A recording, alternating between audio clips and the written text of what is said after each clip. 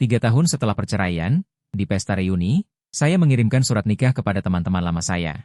Dia datang dengan anak untuk menanyai saya. Saat melihat saya, matanya memerah. Suami, sudah lama perang dingin, kamu seharusnya menyerah.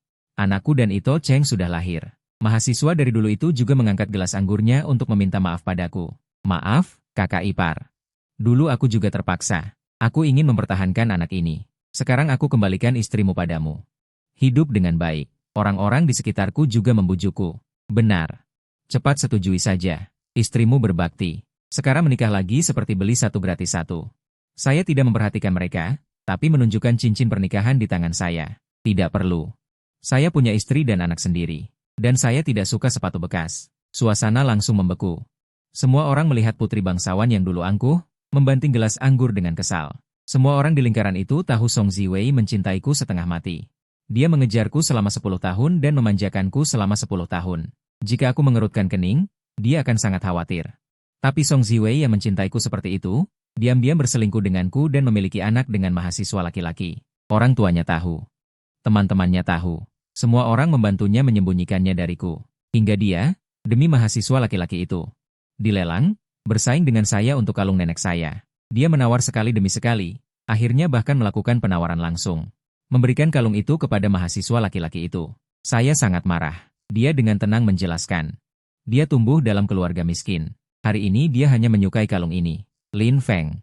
Kamu ingin dia baik-baik saja, kan? Pada saat itu, tiba-tiba saya tertawa. Tertawa sampai air mata jatuh. Kalau aku tidak memberikannya, dia mengerutkan kening. Lin Feng, jangan bercanda. Aku akan segera melahirkan. Setelah anak lahir, kita akan kembali seperti dulu. Saya menatapnya. Jantung saya seperti dicabik-cabik dengan kapak. Kembali seperti dulu. Seperti apa dulu itu? Apakah dia benar-benar ingat? Saya mundur dengan gugup, pinggang saya menghantam kaki meja. Rasa sakit itu membuat keringat dingin mengucur di punggung saya. Saya memanggilnya dengan suara bergetar, Song Ziwei. Tapi dia tidak menoleh. Membawa Sumochi pergi. Hanya meninggalkan punggungnya yang tergesa-gesa. Kebaikan yang menyelamatkan hidup.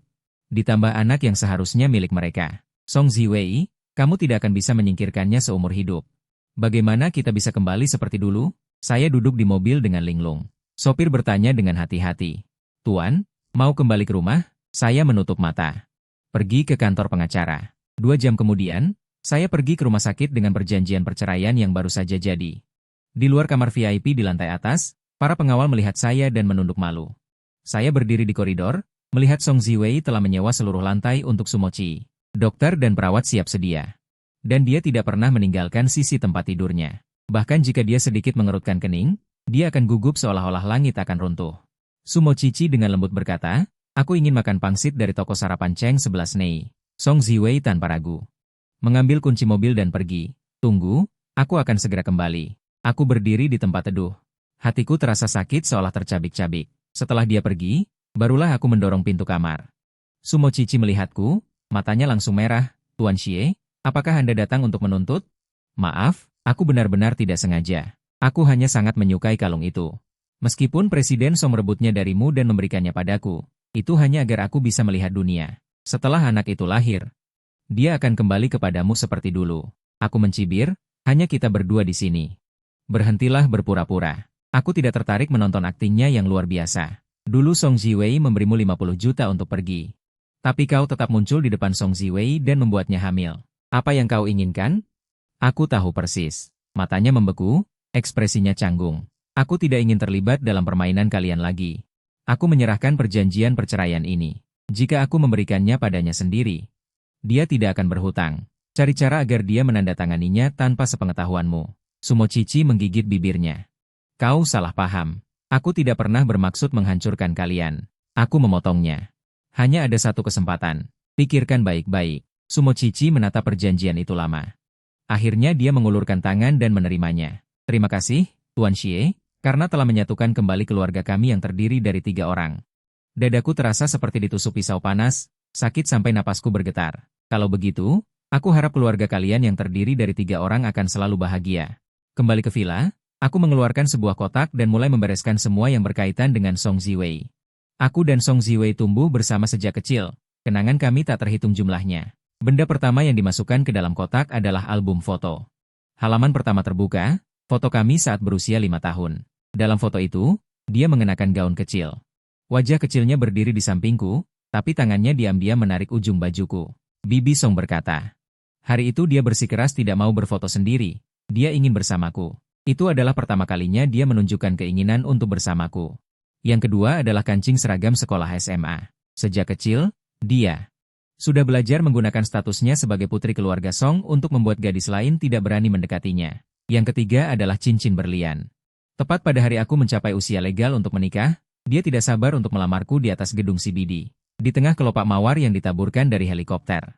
Cincin berlian itu berkilau dingin di tangannya. Dia mengenakannya sendiri untukku, penuh kasih sayang. Ling Feng, sisa hidupku. Semuanya milikmu. Jika bukan karena Sumo Cici, aku pikir kita akan benar-benar menua bersama. Aku tertawa mencemooh, memasukkan semua ini ke dalam kotak kardus, lalu membuangnya ke tempat sampah. Keesokan paginya, aku tidak pernah menyangka akan menginginkan ini. Song Ziwei menatapnya dengan lembut. Dengarkan, ambil saja jika kubelikan untukmu. Kondisi keluargamu tidak pernah baik sejak kecil. Begitu dia selesai berbicara. Dia melihatku.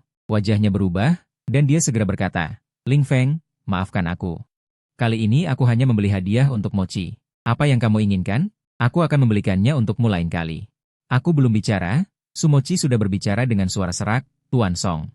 Aku sudah menyiapkan hadiah yang paling diinginkannya untuk suamimu. Setelah selesai berbicara, dia berjalan ke arahku dan memberiku sebuah map. Aku membukanya. Ternyata di dalamnya ada surat cerai yang sudah ditandatangani. Dia berjalan ke arahku dan memberiku sebuah map. Aku membukanya. Ternyata di dalamnya ada surat cerai yang sudah ditandatangani. Melihat surat cerai yang sudah ditandatangani itu, hatiku terasa diremas oleh tangan tak terlihat. Sumochi menekan jarinya, selanjutnya mereka bertiga akan hidup bahagia. Dan mulai hari ini, aku akan hidup hanya untuk diriku sendiri. Kesepakatan penandatanganan surat cerai itu seolah membawa makna yang menusuk. Membekukan harapan terakhir yang konyol melalui kertas itu. Aku tidak lagi memandang Song Ziwei dan Sumochi. Berbalik, naik ke atas, suasana mewah masih tersisa di villa.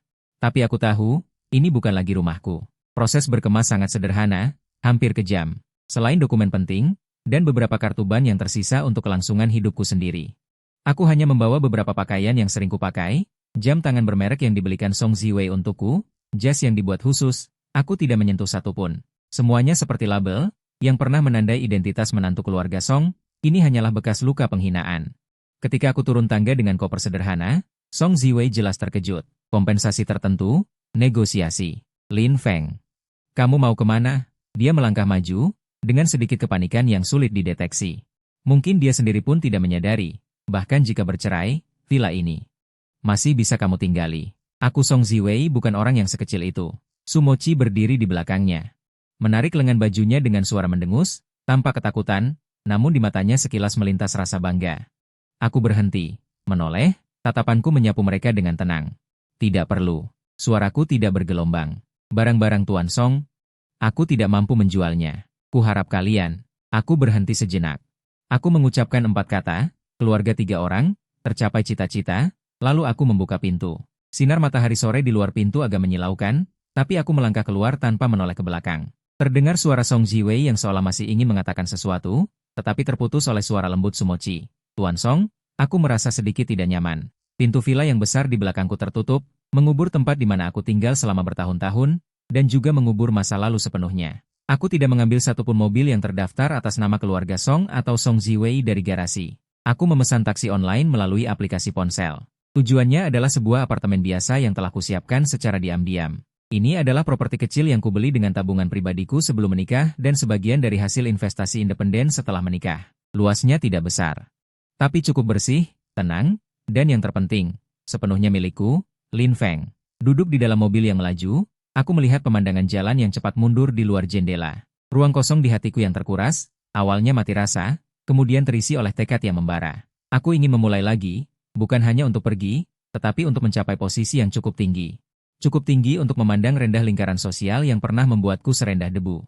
Apartemen itu menjadi tempat perlindunganku, dan juga titik awal kelahiranku kembali. Melepas kilau menantu keluarga Song, aku baru benar-benar merasakan kebebasan yang membumi. Aku menggunakan tabungan pribadi dan beberapa investasi awal sebagai modal, mendaftarkan perusahaan teknologi bernama Fengxing. Bidang material energi terbarukan yang selalu didukung ibuku semasa hidupnya, namun tidak sempat ia dalami. Catatan tebal ibuku dan materi penelitian spiritual yang ditinggalkannya menjadi harta terbesarku. Dan juga menjadi cahaya redupku di kegelapan. Selama 3 tahun, lebih dari 1000 hari dan malam, aku hampir menjadikan perusahaan ini sebagai rumah. Lampu laboratorium sering menyala hingga larut malam. Meja kerjaku dipenuhi kertas perhitungan dan laporan industri. Tanpa jamuan kosong keluarga Song. Tanpa kritik dan perbandingan tak berujung dari Song Ziwei, aku malah merasa lega. Setiap terobosan teknis kecil. Setiap pengakuan tulus dari pelanggan, semuanya nyata dan kokoh.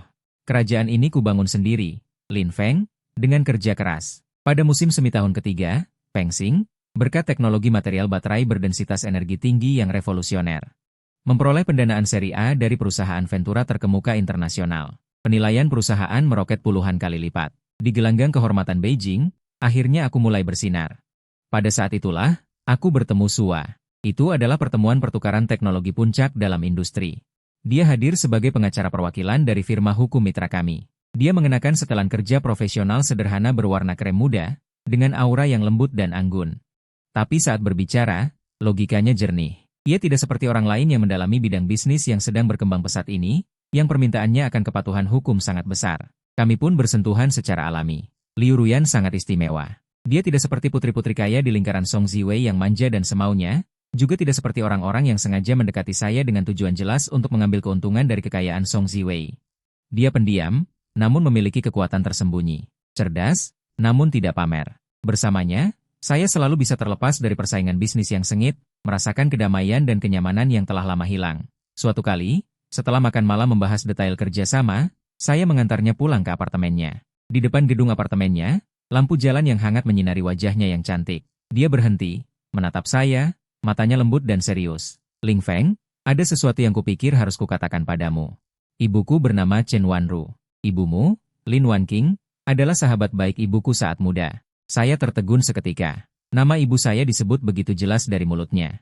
Seolah menembus waktu yang panjang, membawa rasa akrab yang asing, menghantam hati saya dengan kuat. Suan dengan hati-hati mengeluarkan sebuah foto tua yang terawat baik namun pinggirannya sudah menguning dari tas kerjanya. Di foto itu, dua gadis muda berdekatan dengan mesra. Senyum mereka cerah, penuh dengan vitalitas masa muda di era itu. Bulu mata salah satu gadis itu sangat saya kenali, persis seperti tampilan Ibu Lin Wanqing saat muda. Ibu saya berpesan pada saya, jika suatu hari bertemu denganmu dan kamu membutuhkan bantuan, bantulah sebisa mungkin. Suara Suan sangat pelan, namun jelas. Saya tahu tentangmu, dan saya juga sudah melihat beberapa barang yang ditinggalkan ibumu. Mungkin dalam hal hukum dan beberapa aspek lain, saya bisa membantu. Dia tidak terlalu dramatis. Juga tidak mengungkapkan terlalu banyak. Tapi saya bisa merasakan ketulusan dalam kata-katanya, dan ikatan emosional yang berasal dari generasi ibu kami. Putri dari kenalan ibu, hubungan mendadak ini membuat saya lebih mempercayai dan merasa akrab dengan Suan. Hubungan kami, berdasarkan dasar yang unik ini, perlahan membaik. Dia memahami keinginan saya untuk membalas dendam pada Feng Xing, dan mengerti masa lalu saya yang memalukan dengan keluarga Song. Dia bukan hanya penasihat hukum yang dapat diandalkan dalam karir saya, tetapi perlahan juga menjadi orang yang bisa saya percayai dan andalkan dalam hidup. Setengah tahun kemudian, kami saling meyakinkan dan diam-diam mendaftarkan pernikahan. Tanpa pernikahan megah, tanpa publisitas media, hanya berkah kecil dari beberapa teman dekat. Hidup saya, setelah melewati titik terendah, tampaknya akhirnya menemukan sinar matahari dan berjalan di jalur baru yang penuh harapan. Namun, kebahagiaan yang tenang ini terusik pada suatu sore di akhir pekan. Suan dan saya sedang berada di rumah villa baru kami yang jauh dari hiruk-pikuk kota, menikmati waktu luang yang langka. Sinar matahari menembus jendela kaca besar, memenuhi ruang tamu, hangat dan damai. Hangat dan damai. Suan sedang duduk di sofa membaca berkas kasus, sementara saya sedang meneliti laporan tren industri terbaru. Bel pintu berdering tajam, memecah keheningan. Pengasuh pergi membuka pintu, lalu kembali dengan ekspresi ragu. Tuan, Nyonya, Nona Song dan Tuan Su. Mereka bersikeras ingin bertemu Anda. Tangan saya memegang cangkir teh dengan kokoh. Alis saya tidak bergeming. Yang datang pasti akan datang. Bisnis keluarga Song telah menurun drastis dalam setengah tahun terakhir. Beberapa proyek penting yang sangat mereka inginkan, semuanya direbut oleh Feng Xing kami karena keunggulan teknis. Rantai pasokannya, konon sudah sangat ketat. Saya sudah menduga mereka akan datang. Hanya saja saya tidak menyangka Song Ziwei dan Sumo Chou datang bersamaan. Suan meletakkan pena di tangannya, menepuk punggung tangan saya dengan lembut. Memberi saya pandangan yang tenang dan mendukung. Biarkan mereka masuk. Saya meletakkan cangkir teh saya. Dengan santai, Song Ziwei dan Sumo Chou masuk. 3 tahun tidak bertemu. Aura manja seorang putri kaya di Song Ziwei masih ada. Namun kini bertambah sedikit kelelahan dan kecemasan yang tidak bisa disembunyikan. Sumo Chow masih mengikuti di belakangnya. Terlihat tidak terpengaruh dan butuh perlindungan, hanya saja matanya memiliki sesuatu yang berbeda. Semacam kilatan yang dia kira tersembunyi dengan baik. Ling Feng, kamu benar-benar tahu cara menikmati hidup. Song Ziwei berkata tanpa basa-basi, melihat sekeliling ruang tamu yang didekorasi dengan indah dan penuh selera. Nadanya membawa kekritisan khasnya dan sedikit kecemburuan yang tak kentara. Sepertinya setelah keluar dari keluarga Song. Hidupmu cukup baik, berkat Anda. Saya menjawab dengan datar. Tidak terdengar senang atau marah. Sumo Chow melangkah maju, wajahnya dipenuhi senyum palsu yang profesional. Tuan Lin, selamat atas pernikahanmu lagi. Benar-benar pasangan serasi. Dia mengangguk sekali, lalu langsung ke pokok persoalan. Kami datang tanpa diundang kali ini karena urusan perjanjian perceraian kita dulu. Sambil berbicara, dia mengeluarkan salinan dokumen dari tas kerjanya. Ini adalah dokumen yang dulu saya minta dia tanda tangani dan saya bawa ke notaris. Wei Wei baru saja merapikan dokumen dan secara tidak sengaja menemukan klausul tambahan di belakang perjanjian ini yang sebelumnya tidak dia perhatikan. Lin Feng secara sukarela melepaskan semua dividen dan kompensasi yang timbul dari aset keluarga Song setelah pernikahan. Sumo Chi menunjuk baris kecil yang samar, dengan nada sedikit menyulitkan. Tuan Lin, meskipun Anda sudah bercerai, menurut akal sehat dan situasi aktual Anda setelah menikah, Anda juga telah berkontribusi untuk keluarga Song, dan Li Ying akan menerima sebagian kompensasi. Klausul ini tampaknya sedikit tidak manusiawi. Wei Wei merasa tidak enak dan berpikir dia tidak boleh membiarkanmu rugi. Song Ziwei segera menyela, dengan nada agak merendahkan seperti memberi sedekah. Lin Feng, saya tahu Anda sekarang punya perusahaan sendiri, tetapi memulai perusahaan itu tidak mudah, dan semuanya membutuhkan uang. Kompensasi ini seharusnya bukan jumlah yang kecil untuk Anda. Selama Anda memintanya, saya bisa memberikannya sebagian atas dasar hubungan kita di masa lalu. Bagaimanapun, berpisah baik-baik adalah hal yang baik, kan? Saya hampir tertawa terbahak-bahak saat itu.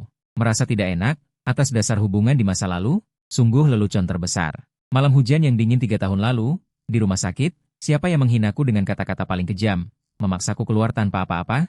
Bahkan barang peninggalan almarhumah ibuku yang diberikan untuk kenang-kenangan pun direbut. Sekarang mereka datang berpura-pura menjadi orang baik. Mataku menatap tajam ke arah Sumo Chi, tatapannya sedikit mengelak tanpa sadar. Klausul tambahan ini, 100% dia tambahkan secara diam-diam saat Song Ziwei lengah, atau mengganti halamannya, tujuannya adalah untuk sepenuhnya memutuskan hubungan ekonomi saya dengan keluarga Song, agar dia dan Song Ziwei bisa hidup lebih tenang dengan keluarga 3 orang mereka di masa depan. Mungkin, dia ingin melihat saya, Lin Feng, bangkrut dan enyah setelah meninggalkan keluarga Song. Sayangnya, dia menghitung segalanya, tetapi melupakan satu hal, bahwa saya, Lin Feng, bukanlah tunas pohon beringin yang rapuh, tetapi pinus yang bisa berakar dan tumbuh sendiri. Suan, yang selama ini dia mengamati. Pada saat ini, dia dengan lembut mengambil salinan dokumen itu dan membacanya sekilas. Profesionalismenya membuatnya segera memahami intinya. Dia mengangkat matanya, suaranya lembut, tetapi dengan kekuatan tenang yang tak terbantahkan. Nona Song, Tuan Su, perjanjian perceraian ini telah ditandatangani oleh kedua belah pihak dan telah dilegalisir, sehingga memiliki kekuatan hukum yang sepenuhnya. Isi klausul tertulis jelas di atas kertas. Karena Tuan Lin Feng telah menandatanganinya, itu berarti dia mengakui dan secara sukarela melepaskan semua hak yang tercantum di dalamnya. Sekarang, setelah 10 tahun berlalu, membahas masalah kompensasi adalah ilegal dan tidak pantas. Dia terdiam sejenak, lalu menoleh ke arah Sumo Chi. Tatapannya setajam pisau, melintas sekilas. Terlebih lagi, proses penandatanganan yang spesifik dan alur dokumennya saat itu, saya yakin Tuan Su, Anda lebih tahu daripada siapapun di sini. Apa artinya Anda mengungkit ini sekarang? Sumo Chi sedikit gelisah melihat tatapan Suan, berusaha tetap tenang dan berkata, Nona Su, bukan? Ini adalah urusan masa lalu antara saya dan Lin Feng, Wei Wei. Anda orang luar. Suan adalah istriku. Aku memotongnya dengan dingin, suaraku turun ke titik beku. Apa yang dia katakan, adalah apa yang saya maksud. Selain itu, ini rumah saya, dan kami tidak menyambut tamu tak diundang yang menyebalkan. Tolong segera pergi. Song Ziwei tampaknya sama sekali tidak menduga bahwa saya akan mengusir mereka begitu saja tanpa ampun. Wajahnya langsung berubah sangat jelek. Lin Feng, jangan terlalu sombong. Saya datang dengan niat baik. Niat baik Anda? Saya sudah cukup menerimanya di koridor rumah sakit 3 tahun lalu. Saya berdiri tegak. Saya tidak melihat wajah mereka yang menjijikan lagi. Saya langsung menekan tombol interkom. Keamanan. Tolong usir kedua tamu ini. 2 petugas keamanan berseragam dan bertubuh tegap. Dengan cepat masuk, dan tanpa ekspresi mengarahkan Song Ziwei dan Sumo Chi untuk memberi isyarat silakan pergi yang tidak dapat ditolak. Lin Feng, beraninya kau memperlakukanku seperti ini? Song Ziwei gemetar seluruh tubuhnya. Wajahnya pucat pasi. Sumo Chi buru-buru menarik lengan bajunya dan membujuknya dengan suara rendah. Wei Wei. Sudahlah, ayo kita pergi dulu. Jangan ambil pusing dengan orang seperti ini. Melihat mereka diusir keluar dari rumahku oleh penjaga keamanan, hatiku tidak beriak sama sekali. Tidak ada kegembiraan. Juga tidak ada kemarahan, hanya perasaan lega bahwa kekacauan yang telah menggangguku selama bertahun-tahun akhirnya dibersihkan. Dan segalanya menjadi tenang. Suan berjalan ke sisiku dan memegang tanganku. Dengan lembut dan tegas berkata, font klausul tambahan dan tinta cetaknya. Jika dilihat dengan seksama, sangat berbeda dengan dokumen sebelumnya, dan jarak antar baris juga sedikit berbeda. Sangat mungkin telah diubah atau salah satu halaman diganti di kemudian hari. Jika perlu, kita bisa mengajukan pengujian forensik profesional. Aku memegang balik tangannya yang sedikit dingin dan menggelengkan kepala. Tidak perlu. Apapun ada atau tidaknya klausul itu, aku tidak akan mengambil 1 sen pun dari keluarga Song. Itu akan mengotori tanganku. Tatapanku menjadi dingin. Namun, Sumochi berani mengutak-atik dokumen penting seperti perjanjian perceraian. Masalah ini tidak bisa dibiarkan begitu saja.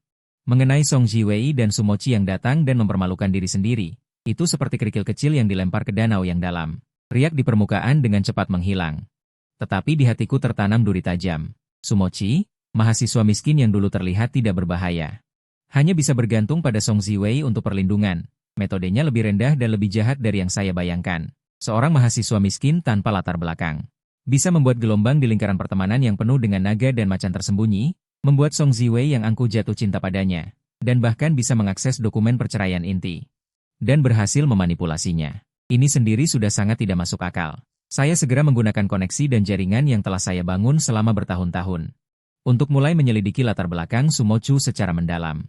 Bukan hanya rekam jejak permukaannya, tetapi menggali masa lalunya. Hubungan sosialnya, arus kasnya. Suan juga menggunakan sumber daya dan koneksi firma hukumnya. Untuk melakukan penyelidikan dari sudut pandang lain yang lebih sah dan patuh hukum. Fokusnya adalah pada transaksi keuangan Sumochu selama bertahun-tahun dan kemungkinan adanya hubungan sosial tersembunyi. Investigasi membutuhkan waktu dan kesabaran, tetapi langkah bisnis tidak bisa berhenti sedikit pun. Peluncuran materi generasi baru Fengsing. Pesta koktail bisnis diadakan tepat waktu. Ini bukan hanya pameran produk baru, tetapi juga panggung resmi bagi Fengsing untuk mengumumkan kebangkitannya kepada seluruh lingkaran Beijing. Kepada semua orang yang pernah memandang rendah saya. Ini adalah pertarungan kekuatan. Pesta itu meriah di malam hari. Orang-orang terkemuka berkumpul, tempat itu penuh sesak. Banyak mitra keluarga Song yang dulu harus saya layani dengan senyum di wajah saya. Kini secara aktif menyodorkan gelas anggur kepada saya. Suasana dipenuhi kekaguman dan rasa ingin tahu. Saya menanganinya dengan tenang, tidak sedih atau bangga. Semua orang mengenakan gaun malam biru safir. Berdiri di samping saya, anggun dan sopan, memancarkan aura. Kami tidak diragukan lagi menjadi fokus perhatian seluruh pesta. Saat suasana meriah dan perhitungan terjadi. Tamu tak diundang kembali datang tanpa permisi. Song Ziwei dan Sumochu berhasil menyelinap masuk. Song Ziwei mengenakan gaun desainer yang jelas-jelas ketinggalan zaman. Mencoba mempertahankan martabat terakhir seorang wanita bangsawan dari lingkaran Beijing, tetapi kegelisahan dan kebencian di matanya tidak bisa disembunyikan. Sumochu mengikuti di belakangnya, matanya memancarkan racun, dengan rakus dan cepat menyapu ruangan pesta mewah. Dan para bangsawan yang datang dan pergi, seolah-olah diam-diam menilai kekuatan saya saat ini. Lin Feng, selamat. Song Ziwei mendekati saya. Dengan kompleksitas, rasa malu, dan kenangan yang sulit diungkapkan. Saya tidak menyangka kamu benar-benar bisa melakukannya, dan melakukannya sebesar ini. Terima kasih atas pujiannya, Tuan Song. Ini hanya usaha kecil, tidak sebanding dengan fondasi keluarga Song yang kuat. Saya menjawab dengan menjaga jarak dan sopan, berbisnis seperti biasa. Sumochu memaksakan senyum palsu dan maju untuk mencoba mendekat. Tuan Lin, kita semua teman lama, mungkin ada kesalahpahaman sebelumnya. Di masa depan, dalam bisnis, mungkin ada peluang untuk bekerja sama, saling menguntungkan dan menang. Saya menatapnya tanpa berkata-kata, mata saya dingin. Para tamu di sekitarnya juga dengan tajam merasakan suasana aneh itu dan perlahan menjadi sunyi. Penonton yang penasaran menyaksikan drama pertemuan mantan kekasih ini. Tepat saat Sumochu merasa sedikit gelisah karena diam saya. Mencoba berbicara lagi, layar LED besar di depan aula pesta, yang awalnya memutar video promosi Fengsing yang penuh teknologi, tiba-tiba berubah. Menjadi salinan dokumen yang sangat jelas. Dokumen pertama adalah bukti awal paspor Sumochu, nama aslinya Shen Zheyu, dengan nama ayah yang tertulis jelas Shen Mingyuan. Dokumen kedua adalah tangkapan layar berita koran yang menguning dari selusin tahun yang lalu. Judulnya mengejutkan, Linshi Group bangkrut karena kebocoran teknologi inti dan persaingan jahat dari Song Group. Ketua Lin Mingyuan tidak tahan dengan beban masalah tersebut. Dokumen ketiga adalah foto bersama antara Shen Mingyuan dan ayah Song Ziwei, Song Dahua, saat mereka masih muda dan akrab. Dan beberapa jejak dokumen yang kabur, menunjukkan bahwa keduanya pernah menjadi mitra bisnis yang dekat tetapi kemudian putus total. Dokumen keempat adalah Sumochu dan Shen Zhou. Catatan pembukaan rekening di bank kecil di luar negeri dan bukti arus masuk dan keluar dana besar selama bertahun-tahun. Sumber dana rumit dan tersembunyi. Jumlahnya sangat besar, sama sekali tidak sesuai dengan identitas mahasiswa miskin yang ia tampilkan. Terakhir adalah foto yang diperbesar. Foto yang sangat jelas dari Sumochu dan ibu kandungnya, seorang wanita dengan aura lembut. Dan Song Ziwei, seorang wanita dengan gaya yang sangat berbeda. Seluruh aula pesta awalnya hening, kemudian meledak menjadi keributan besar.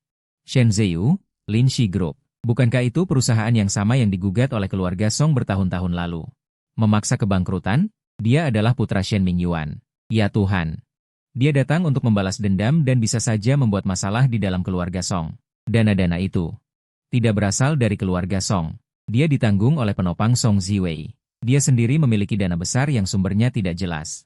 Sumochi tidak, ekspresi Shen Zhou menjadi pucat pasi seketika saat layar menyala, tubuhnya gemetar hebat hingga terlihat mata.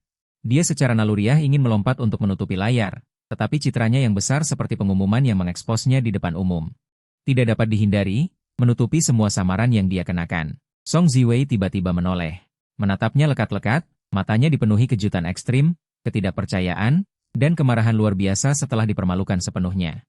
Shen Zhou, buff kamu. Kamu membohongiku sejak awal. Kamu mendekatiku hanya untuk memberikan buff palsu. Untuk pertama kalinya di depan umum, dia menunjukkan sikap dingin terhadap pria yang pernah rela mengkhianati pernikahannya demi mempertahankannya. Keraguan, bahkan kebencian. Saya melangkah ke podium pembawa acara dan mengambil mikrofon. Suaranya terdengar jelas dan dingin melalui sistem suara berkualitas tinggi ke setiap sudut ruangan. Tuan Sumochi, Anda diam-diam mengubah perjanjian perceraian yang sah secara hukum atas nama Nona Song Song. Anda bersembunyi di dekat keluarga Song dengan susah payah. Apa sebenarnya tujuan Anda?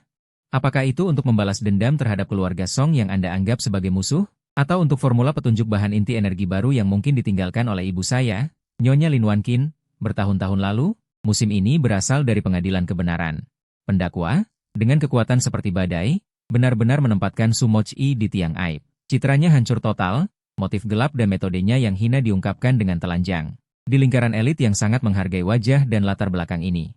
Dia sudah mati secara sosial, reputasinya hancur. Song Ziwei menatap pria yang tiba-tiba menjadi asing dan mencurigakan di depannya, lalu menatapku yang dingin seperti es di atas panggung. Wajahnya pucat pasi, seolah seluruh kekuatannya terkuras. Dia mundur selangkah, hampir jatuh. Dia selalu berpikir dia mengendalikan cinta, mengendalikan situasi. Namun ia menemukan bahwa dari awal hingga akhir, ia hanyalah bida yang dimanfaatkan sepenuhnya di papan catur balas dendam orang lain. Lokasi kejadian menjadi kacau. Bisikan, seruan, tatapan saling terkait menjadi jaring. Upaya Sumochi untuk membela diri sia-sia, berteriak bahwa ini fitnah. Tetapi di hadapan rantai bukti yang kuat, semua kata-kata tampak pucat dan tidak berdaya. Orang-orang di sekitarnya yang tadinya tertawa dan bercanda dengannya, kini menghindarinya seperti wabah, memalingkan muka dengan dingin, dan dengan cepat menjauh darinya. Di tengah tatapan dingin, asing, dan penuh kebencian dari Song Ziwei, dia melarikan diri dari tempat kejadian sendirian dengan malu-malu seperti anjing kehilangan rumahnya. Kenyataan sangat kecil, berita ini akan menyebar seperti virus. Dia benar-benar tidak punya tempat untuk berkuasa di sini. Song Ziwei tidak segera mengejar Sumochi. Dia berdiri terpaku di tempat, wajahnya pucat, matanya kosong. Dia menatapku, ekspresinya sangat kompleks, ada kemarahan, rasa malu, tetapi lebih banyak lagi kebingungan dan ketidakberdayaan yang luar biasa setelah pandangan dunia dan pandangan hidupnya runtuh sepenuhnya. Dia membuka mulutnya, bibirnya bergerak, seolah ingin mengatakan sesuatu kepadaku, mungkin pertanyaan, mungkin penyesalan. Tapi akhirnya tidak ada suara yang keluar. Dia berbalik tajam, menginjak sepatu hak tinggi yang kini tampak sangat berat. Langkahnya goyah dan terhuyung-huyung saat dia meninggalkan tempat yang telah menghancurkan harga dirinya. Aku melihat punggungnya yang tampak agak kurus saat dia pergi. Tidak ada banyak kegembiraan atau balas dendam di hatiku, hanya rasa dingin setelah hiruk pikuk yang ekstrim. Ini baru permulaan. Semua orang yang mencintaimu memegang lenganku. Berbisik, efeknya lebih baik dari yang diharapkan. Tetapi dengan kepribadian Sumochi yang obsesif dan licik, dia tidak akan duduk diam. Sangat mungkin dia akan panik. Juga, kita perlu mempercepat pencarian kalung ibumu. Aku mengangguk. Mengungkapnya di depan umum bukan hanya balas dendam atas perbuatannya di masa lalu, tetapi juga untuk memancing ular keluar dari sarangnya, memaksanya untuk bergerak di tengah kekacauan. Selama dia bergerak, dia pasti akan menunjukkan lebih banyak kelemahan, memberi kita kesempatan untuk menangkapnya. Kalung ibuku, yang dirampas secara paksa oleh Song Ziwei dan jatuh ke tangan Sumochi. selalu menjadi duri di hatiku. Dia berusaha keras, bahkan berisiko mengekspos dirinya, mengubah perjanjian perceraian untuk memastikan kalung itu sampai ke tangannya. Itu jelas bukan hanya karena persaingan cinta atau sekadar souvenir. Kalung yang tampaknya biasa itu pasti menyembunyikan rahasia yang lebih penting yang belum kita ketahui.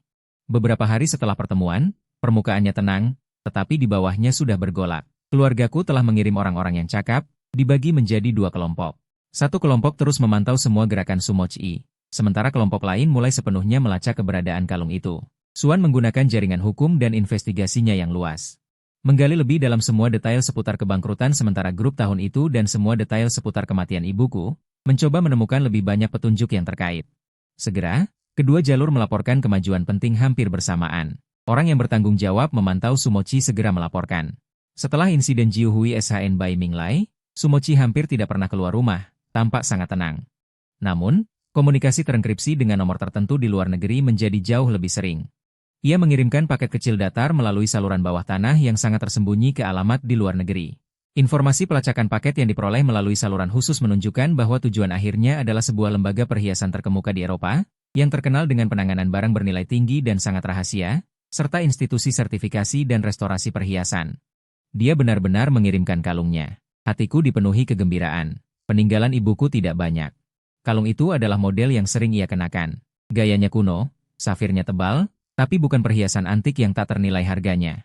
Meskipun Sumochi dalam kesulitan, ia begitu bersemangat dan diam-diam mengirimkannya ke institusi terkemuka di luar negeri untuk dinilai.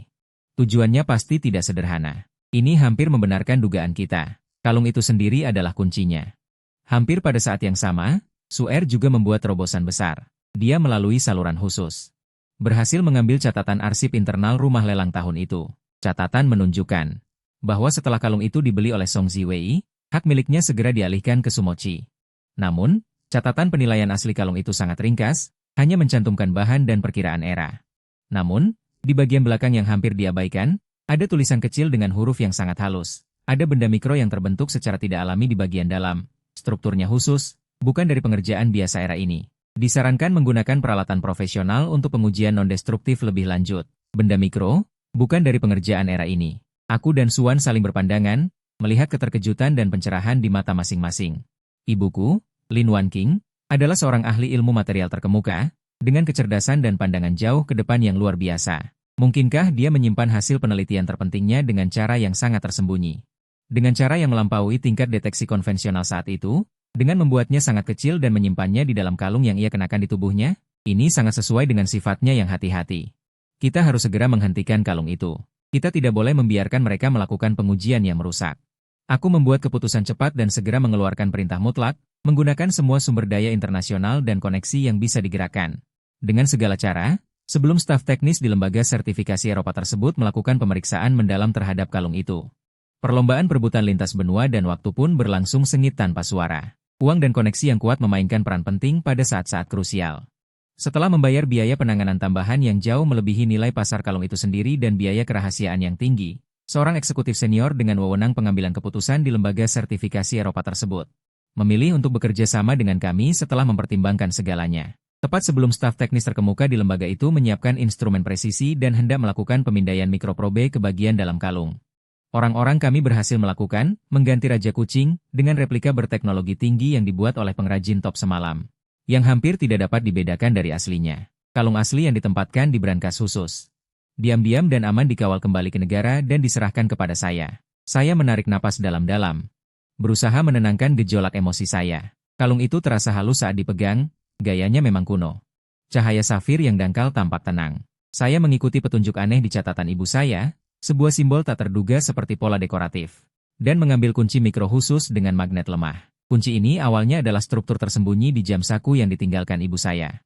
Saya pikir itu hanya souvenir. Di bagian dalam gesper kalung, pada sudut tertentu, di lekukan kecil yang hampir tidak terlihat oleh mata telanjang, saya menggesernya dengan lembut, dan terdengar bunyi klik halus yang nyaris tak terdengar. Dasar safir, seolah-olah mekanisme yang rumit, dengan cerdik terbuka, memperlihatkan sebuah ruang tersembunyi di dalam ruang yang sangat terbatas.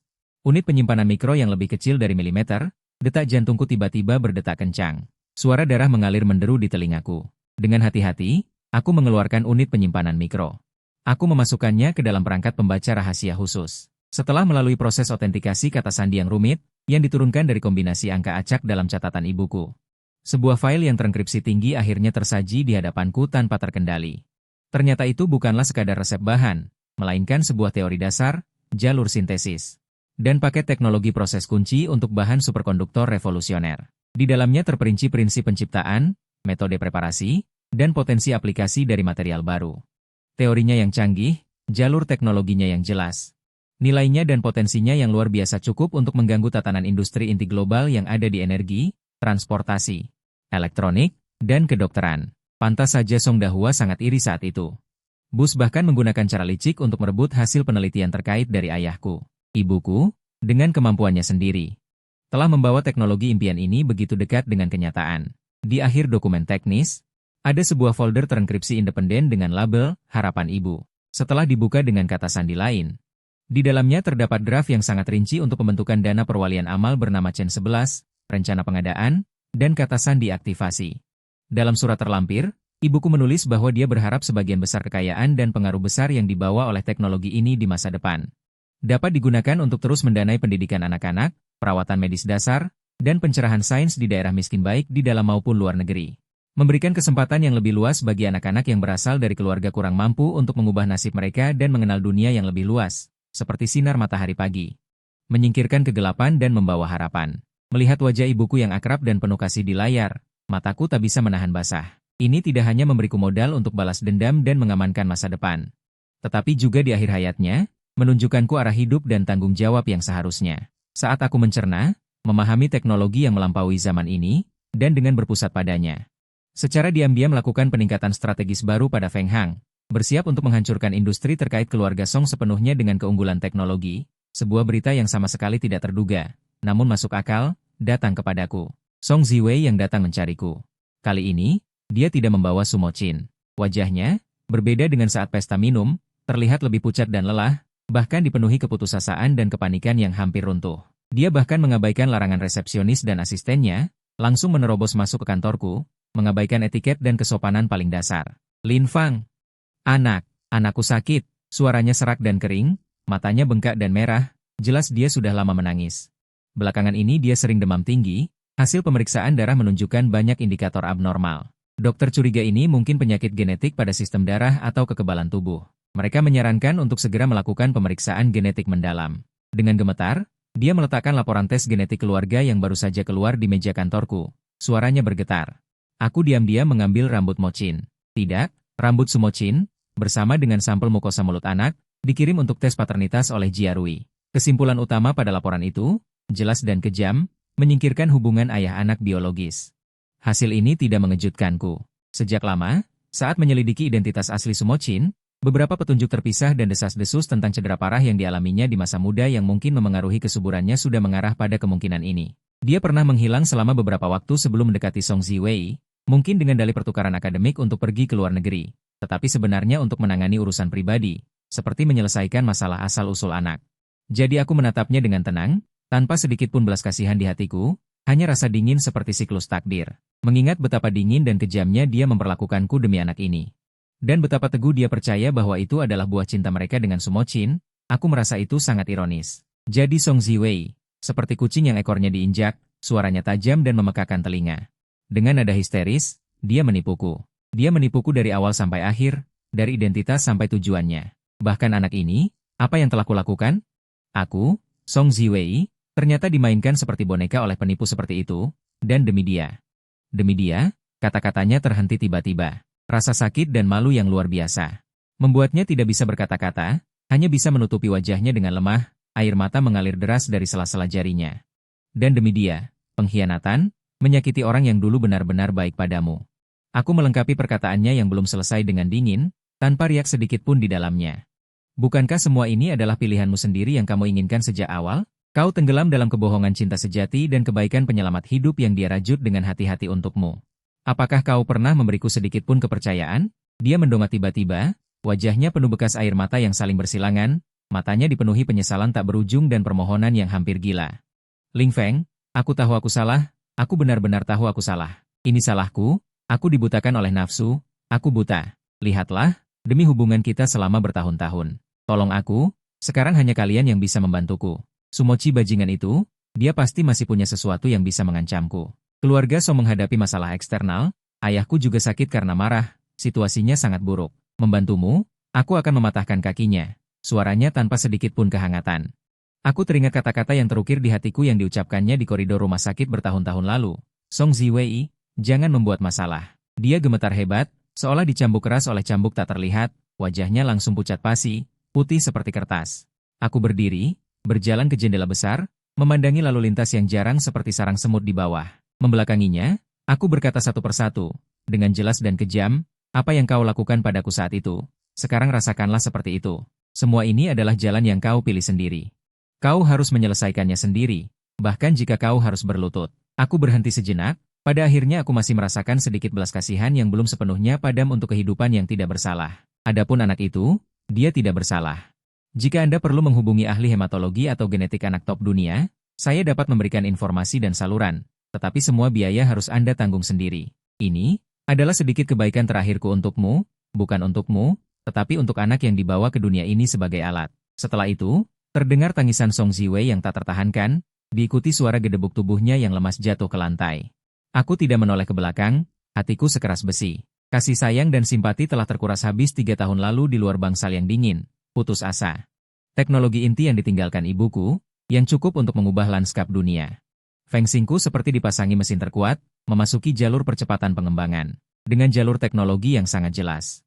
Dan keunggulan pelopor yang tak terbantahkan, kami dengan cepat mengintegrasikan sumber daya hulu dan hilir, memperluas jalur produksi modern. Dan perusahaan mobil top domestik dan internasional, raksasa energi, grup teknologi tinggi.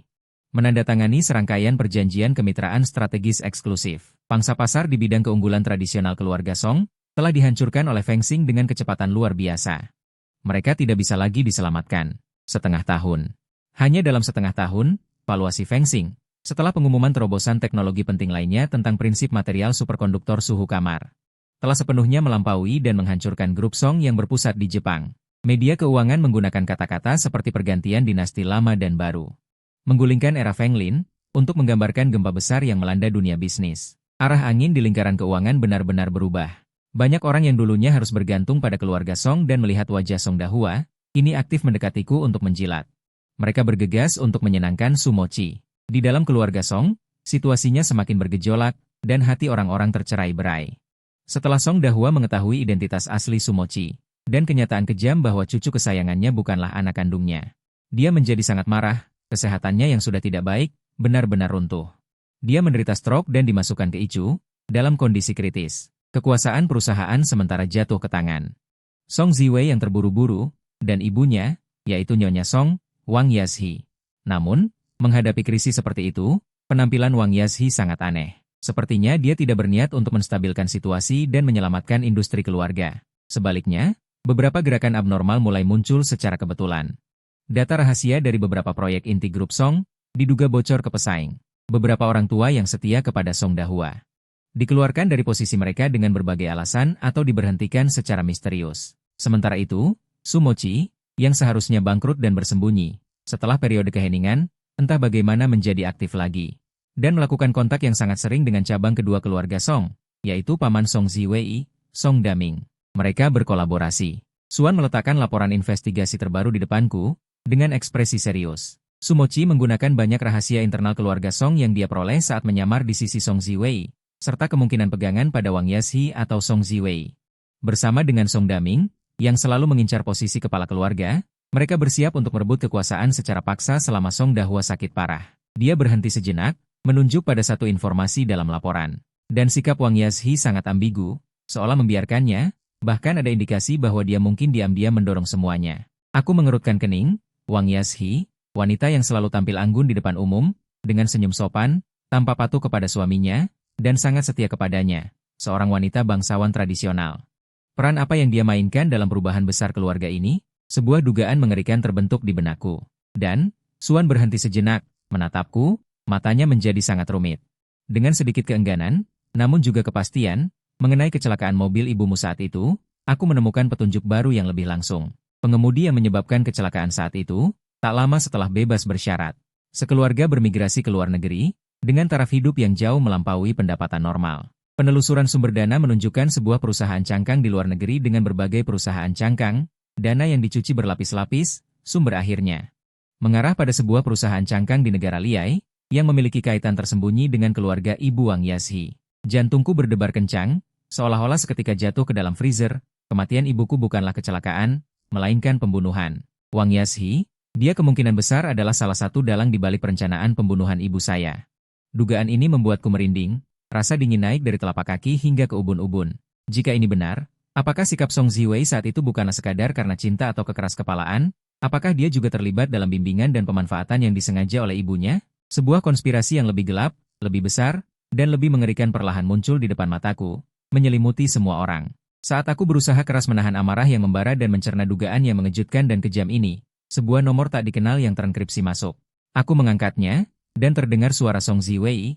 Suaranya sangat tenang, bahkan terdengar seperti keputusan bulat, tenang seperti orang yang siap mati. Berbeda dengan dirinya yang menangis histeris di kantorku sebelumnya. Lin Feng, aku tahu ini suara yang paling tidak ingin kau dengar. Ucapannya tidak terburu-buru, tetapi setiap kata diucapkan dengan jelas. Tapi aku punya informasi yang harus kau ketahui, mengenai penyebab kematian ibumu Lingyi yang sebenarnya, dan juga mengenai ibuku, Wang Yazhi.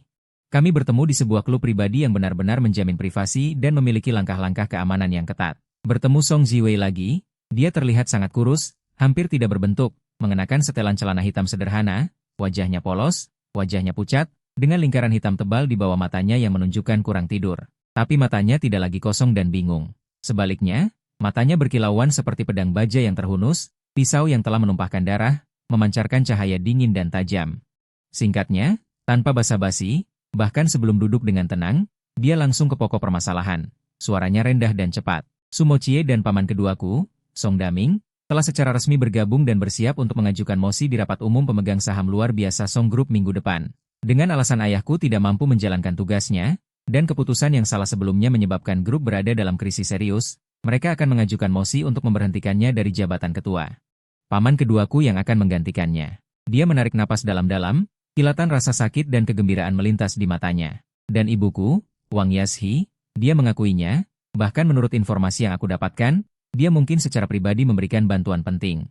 Aku menatapnya, tidak menyela, membiarkannya melanjutkan. Sebelumnya aku selalu bertanya-tanya, mengapa ibuku sejak awal membiarkan keberadaan Sumo Chie begitu saja, bahkan ketika ayahku jelas-jelas menentangnya.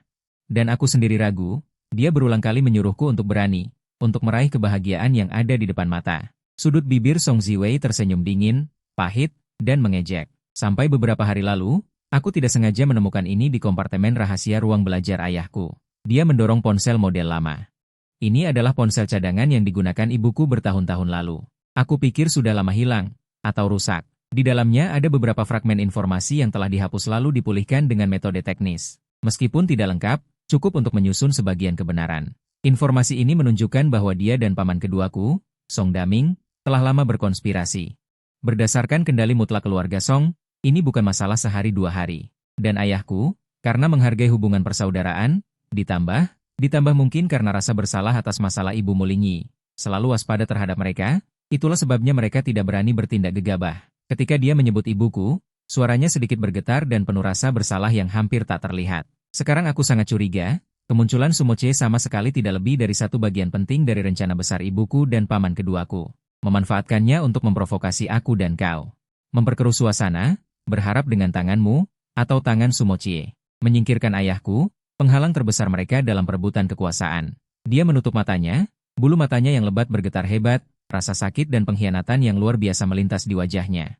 Dan aku yang mereka anggap bodoh, yang dibesarkan dengan sengaja sejak kecil, seorang wanita kaya yang hanya tahu cinta dan kenikmatan, hanyalah sebuah bida yang lebih berguna dalam permainan mereka, alat yang sengaja dibimbing untuk melumpuhkan ayahku, dan pada saat kritis, alat cinta yang memberikan pukulan mematikan padanya. Perubahan yang mengejutkan ini membuat jantungku berdebar kencang. Sikap kekanak-kanakan Song Ziwei saat itu, ternyata kemungkinan besar dibimbing oleh Qin Wu dan paman kandungnya dalam jangka waktu lama. Hasil dari pembentukan yang disengaja, atau setidaknya, kepolosan dan kekeraskepalaannya, dimanfaatkan dan dimanipulasi secara maksimal oleh mereka. Mengapa kau memberitahuku ini? Ito Cheng bertanya, menatapnya dengan tajam. Tidak melepaskan sedikit pun ekspresi halus di wajahnya. Setelah mengalami begitu banyak, aku tidak bisa lagi mempercayai siapapun dengan mudah. Terutama dia. Dia membuka matanya, tatapannya lurus ke arahku. tanpa menghindar. Karena Ling Yi, suaranya meninggi karena emosi, dengan penyesalan yang tak tertahankan. Dulu waktu kecil, orang tuaku sibuk berebut kekuasaan sepanjang hari. Saling menghitung. Ling Yi, dia yang membawaku, menceritakan kisah ilmuwan kepadaku, mengajariku melukis. Mengatakan padaku, bahwa seorang wanita juga harus memiliki cita-cita dan tujuannya sendiri. Dia memberiku satu-satunya kehangatan yang tulus di masa kecilku.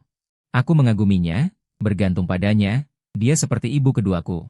Matanya dengan cepat memerah, tapi dia menahan diri, tidak membiarkan air mata jatuh, hanya matanya dipenuhi rasa sakit dan penyesalan yang mendalam. Persaingan kami memperebutkan kalung itu saat itu bukan karena Sumochie bilang dia menyukainya. Itu hanya alasan. Itu adalah ibuku, Wang Yashe, yang berulang kali menyiratkan, bahkan secara terang-terangan mengatakan kepadaku secara pribadi, bahwa kalung itu mungkin terkait dengan data teknis atau rahasia yang sangat penting yang ditinggalkan Ling Yi. Benda ini tidak boleh jatuh ke tanganmu sebagai orang luar. Dia menipuku, mengatakan ini demi melindungi kepentingan inti keluarga Song. Takut kau akan merugikan keluarga Song jika kau mendapatkannya. Saat itu aku sangat bodoh. Aku mempercayainya. Napasnya menjadi cepat, dadanya naik turun dengan hebat. Seolah-olah mengucapkan kata-kata ini menghabiskan seluruh kekuatannya. Baru-baru ini, ketika aku menghubungkan semua kejadian, aku menyadari, dia mungkin adalah salah satu dalang yang menyebabkan kematian Ling Yi. Dan aku, putri yang dia besarkan sendiri, menjadi kaki tangan dalam membunuh orang dewasa yang merasakan kasih sayang ibu untuk pertama kalinya. Aku sendiri yang merebut barang terakhir yang mungkin ditinggalkan Ling Yi untukmu. Suaranya dipenuhi kebencian yang mendalam. Kebencian ini bukan hanya terhadap Sumochie, tetapi juga terhadap ibunya yang memiliki ikatan darah dengannya. Lin Feng, aku bisa mentolerir dia memanfaatkanku, menghitung ayahku, dan membuat Song Group kacau balau. Tapi aku sama sekali tidak bisa memaafkannya karena telah menyebabkan kematian Ling Yi, apalagi memaafkan diriku sendiri. Ternyata menjadi kaki tangannya, menjadi pisau yang menusuk Ling Yi. Lin Feng, dia hampir mengertakkan gigi, mengeluarkan kata-kata ini dari sela-sela bibirnya, matanya dipenuhi kegilaan seperti mabuk. Aku tahu, sekarang aku tidak punya hak untuk meminta maaf, tapi aku mohon, bergabunglah denganku. Bukan untuk Song Group, bukan untuk diriku sendiri, tetapi untuk membalas dendam Ling Yi, untuk mengungkap kebenaran saat itu. Biarkan Wang Yashe dan Song Daming membayar atas semua yang telah mereka lakukan. Setelah selesai, aku tidak menginginkan satu aset pun dari Song Group. Aku hanya ingin mereka hancur dan menerima sanksi hukum yang paling berat. Bukan lagi putri kaya yang manja dan nakal, tetapi seorang wanita yang dikhianati sepenuhnya oleh orang terdekat, dengan luka batin yang mendalam, penyesalan, dan keinginan kuat untuk menebus kesalahan. Kata-katanya logis dan sesuai dengan keterikatan emosionalnya yang khusus pada ibuku di masa kecilnya. Dan penyelidikan Suan sebelumnya juga secara tidak langsung membenarkan kecurigaan besar Wang Yashe terhadap kematian ibuku. Ini adalah kerjasama yang sangat berbahaya. Motif Song Ziwei tampaknya masuk akal. Tetapi siapa yang bisa menjamin ini bukan jebakan lain yang dipasang oleh Wang Yashe dan Song Daming? Namun, saya juga harus mengakui. Untuk sepenuhnya menggulingkan kekuatan internal keluarga Song yang telah mengakar selama bertahun-tahun, terutama untuk mengungkap kebenaran akhir dari kasus ketidakadilan ibu saya. Membawa pelaku sebenarnya ke pengadilan, Song Ziwei, penyanyi dari dalam musuh, sangat penting. Dia dapat memberikan informasi dan bukti penting yang sulit kita peroleh dari luar. Menimbang untung dan rugi, risiko dan peluang berjalan seiring. Saya akhirnya berbicara, suara saya masih dingin. Tanpa emosi, tapi saya punya dua syarat. Pertama, selama kerjasama, semua tindakan harus mengikuti perintah saya. Anda tidak boleh menyembunyikan apapun atau bertindak sendiri. Kedua, Anda perlu memberikan bukti yang cukup berat untuk membuktikan ketulusan dan nilai Anda. Saya tidak akan menyembunyikan apapun lagi, dan saya tidak akan pernah bertindak sendiri. Song Ziwei menjawab dengan tegas, menatapnya dengan tatapan mantap. Bukti, saya akan memberi Anda kejutan di rapat pemegang saham minggu depan. Bagi saya, ini adalah satu-satunya dan terakhir kesempatan untuk menebus dosa dan membalas dendam. Rapat umum pemegang saham sementara grup Song dibuka dalam suasana yang menindas, seperti badai yang akan datang. Ruangan itu penuh sesak, wajah semua pemegang saham dan manajemen senior dipenuhi dengan keseriusan dan kegelisahan. Song Daming, yang tampak sombong, duduk di samping kursi utama yang seharusnya milik Song Dahua. Wajahnya menunjukkan kegembiraan yang tak terselubung. Sumochie, sebagai penasihat bisnis khusus yang baru ditunjuk, bertindak sebagai saksi, duduk di belakangnya, dengan ekspresi kegembiraan yang tak tertahankan dan kegembiraan yang licik, seolah-olah balas dendam akan segera tercapai. Wang Yashe duduk di sisi lain, wajahnya tampak tenang, matanya tertunduk, dia memegang tasbih di tangannya. Seolah-olah semua yang terjadi di depannya tidak ada hubungannya dengan dia, tetapi sudut mulutnya yang sedikit tegang mengungkapkan ketidaktenangannya. Setelah rapat dimulai, Song Ziwei mendorong Song Dahua, yang lemah di kursi roda dan bahkan tidak bisa berbicara dengan jelas, ke dalam ruangan terakhir. Kemunculannya membuat alis Song Daming dan Sumochi berkerut tak terlihat. Para pendukungnya bergiliran mengajukan tuntutan. Dengan berapi-api mendaftar berbagai tuduhan terhadap Song Dahua, seperti manajemen yang sangat buruk selama sakitnya, serangkaian keputusan investasi besar yang salah, yang menyebabkan krisis yang belum pernah terjadi sebelumnya bagi grup, dan kerugian besar bagi kepentingan semua pemegang saham. Oleh karena itu, dia mengajukan mosi untuk memberhentikan Song Dahua dari jabatan ketua dan semua posisi terkait. Saya setuju untuk memberhentikannya. Sebuah suara wanita yang tenang dan tak tergoyahkan terdengar, dan ternyata adalah Wang Yazhi yang tadinya diam. Seluruh ruangan terkejut, bahkan Song Daming pun terkejut. Dia tampaknya tidak menduga sekutunya akan begitu lugas. Bahkan tidak lagi melakukan formalitas. Song Dahua, di kursi rodanya, mengeluarkan suara terengah-engah seperti angin yang bertiup. Matanya yang keruh menatap tajam ke arah istrinya, penuh dengan keterkejutan, kemarahan, dan rasa sakit pengkhianatan. Tepat pada saat ini, pintu ruang rapat didorong terbuka dari luar. Saya dan Suan memimpin beberapa investigator dari Komisi Pengawas Sekuritas berseragam dengan ekspresi serius. Dan personel dari Divisi Investigasi Kejahatan Ekonomi. Kami masuk dengan mantap. Aura yang kuat langsung mengejutkan semua orang. Tuan Song, Nyonya Wang, dan Tuan Sumochi, saya berkata dengan lantang, suara saya terdengar jelas di setiap sudut ruang rapat. Dengan kekuatan yang tidak dapat disangkal. Mungkin mosi pemberhentian Anda perlu ditunda sementara. Wajah Sumochi berubah, dia tiba-tiba berdiri dan menunjuk saya, berteriak, Lin Feng, ini adalah rapat umum pemegang saham grup Song. Anda adalah orang Feng Xing. Hak apa yang Anda miliki untuk menerobos masuk? Satpam? Usir mereka. Hak, saya tertawa dingin. Tatapan saya menyapu Wang Yazhi dan Sumochi seperti pisau dingin. Sebagai perwakilan khusus yang diberi wewenang penuh oleh Nona Song Ziwei, dan, karena dugaan spionase komersial, perdagangan orang dalam, penipuan keuangan besar, dan, saya sengaja berhenti sejenak. Tatapan saya akhirnya tertuju pada wajah Wang Yazhi yang mendongak ketakutan. Seorang pemberi petunjuk dan pihak terkait yang dicurigai membunuh, yang telah disembunyikan selama bertahun-tahun. Saya pikir, saya dan staf saya di sini memiliki hak yang cukup untuk campur tangan dalam rapat hari ini. Jari-jari Wang Yazhi yang menggerakkan tasbih menegang seketika. Matanya tajam seperti kamera pengintai yang mengincar saya, lalu berbalik tajam ke arah Song Ziwei yang wajahnya tenang. Untuk pertama kalinya, matanya menunjukkan keterkejutan dan kepanikan yang tak terselubung. Song Ziwei menatap tatapan dingin ibunya tanpa mundur. Matanya hanya menunjukkan keputusasaan yang putus asa. Dia melangkah maju dan membuka tablet enkripsi yang dibawanya, dengan cepat menghubungkannya ke layar besar ruang rapat. Bukti-bukti kuat mulai ditampilkan secara teratur di depan semua pemegang saham. Bukti pertama. Diagram alur dana lengkap bagaimana Wang Yazhi melalui struktur perusahaan cangkang luar negeri yang sangat rumit, beberapa kali memberikan sejumlah besar uang tutup mulut kepada keluarga pengemudi dalam kecelakaan mobil saat itu. Waktu rilis pengemudi sangat bertepatan. Dokumen kedua, Sumochi dan Song Daming serta Wang Yazhi bertemu secara rahasia di beberapa lokasi tersembunyi.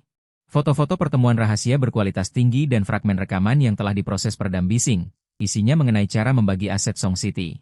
Bagaimana cara menjebak Song Dahua. Dokumen ketiga, Wang Yazhi dan Song Daming menggunakan keuntungan posisi mereka. Bekerja sama secara internal dan eksternal, melalui transaksi terkait, mereka secara besar-besaran mengambil dan menguras aset inti Song Group, bukti keuangan dan catatan transfer.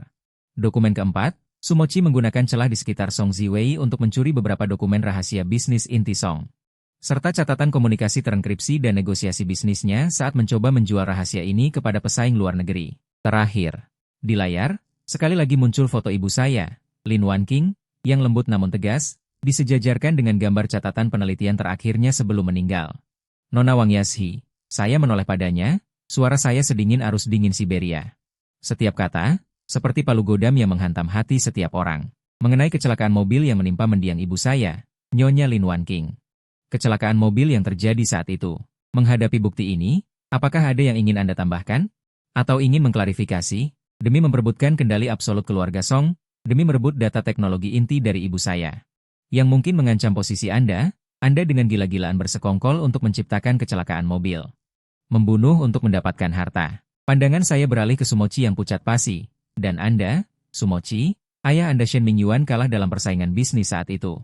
Dia tidak memiliki kemampuan, tidak bermoral, Anda merusak reputasi untuk membalas dendam, menyingkirkan yang lemah, menyamar, menipu perasaan, mencuri rahasia bisnis, bahkan menggunakan anak yang tidak bersalah sebagai alat balas dendam dan keuntungan Anda. Tindakan Anda lebih tercela dan lebih tanpa dasar daripada ayah Anda. Teguh seperti gunung, saling terkait, ruangan menjadi sunyi senyap. Semua orang terdiam karena kebenaran yang berturut-turut terungkap, yang lebih mengerikan dari yang lain. Wang Yazhi tiba-tiba bangkit dari kursinya, jari-jarinya yang terawat, bergetar hebat karena amarah dan ketakutan yang ekstrim.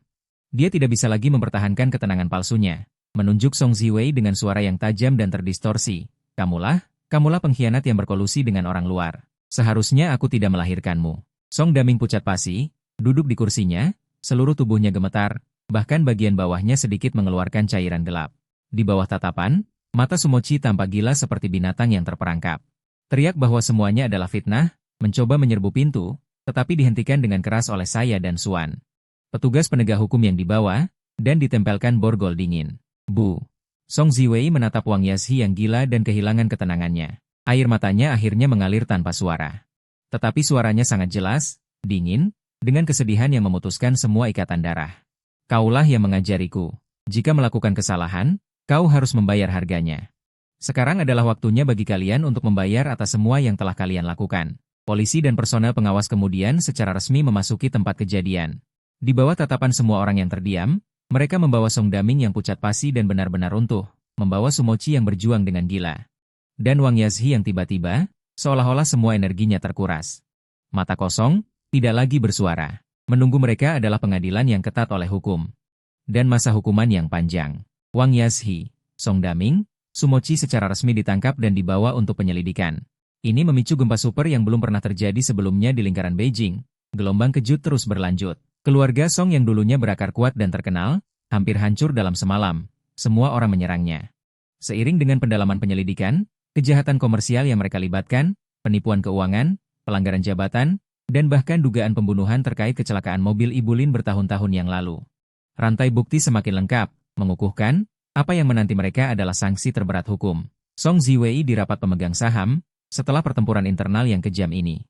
Dengan tangan besi dan ketahanan yang luar biasa, dengan cepat menstabilkan situasi grup Song yang tersisa dan goyah. Dia dengan tegas menjual banyak aset non-inti dan aset bermasalah, memangkas besar-besaran departemen dan personal kehormatan untuk bertahan hidup.